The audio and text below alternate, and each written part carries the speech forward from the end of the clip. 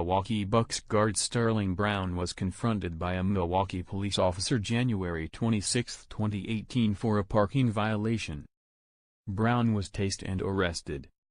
USA Today: When I watch that awful body cam video of the Sterling Brown arrest, I see black and white and no shades of gray.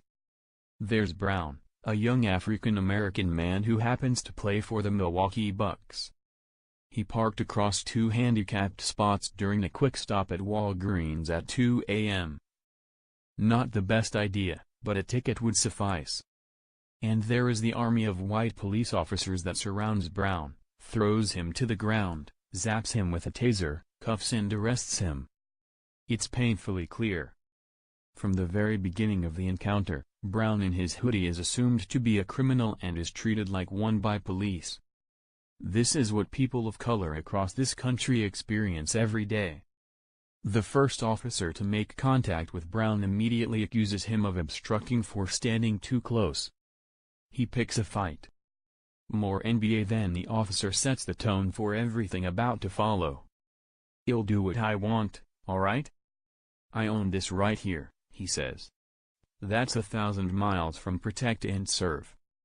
Brown, calm and speaking softly, gives the perfect reply. "You don't own me, though." The officer calls Brown dude and man. "Not sir. Everything I'm doing is on camera, dude." It sure is. And it's providing a clear look at what overreacting jerks these cops were early on January 26 at 27th and National. Alfonso Morales, who became police chief after this incident happened, said some members of his department acted inappropriately and were disciplined. That's good. But then he threw a tarp over his promise of transparency by refusing to answer questions from reporters. "I am sorry this incident escalated to this level," he said. "We are, too."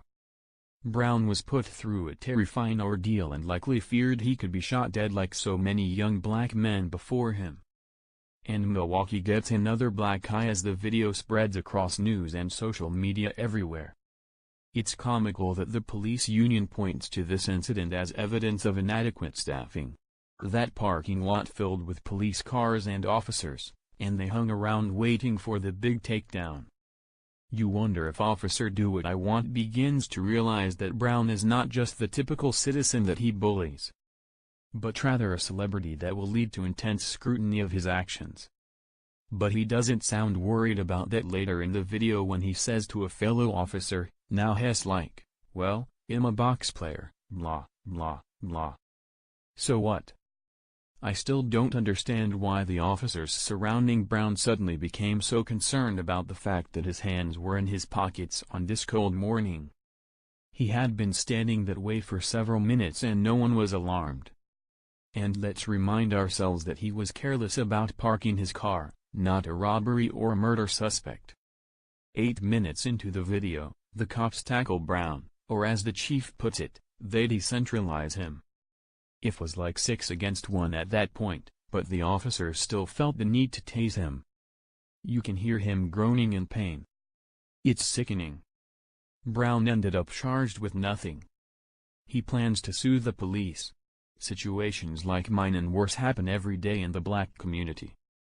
Being a voice and a face for people who want to be heard and don't have the same platform as I have is a responsibility I take seriously," he said in a statement.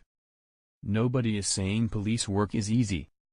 Officers find themselves in dangerous and even deadly situations all too often. Many serve honorably. But Mayor Tom Barrett is right that what happened in this parking lot on this night is offensive. He apologized to Brown. That apology should extend back over decades to the countless victims of police brutality that we never got to see on video. Contact Jim Stingle at 414-224-2017 or jstingle@jrn.com. Connect with my public page at facebook.com/journalist.jim.stingle.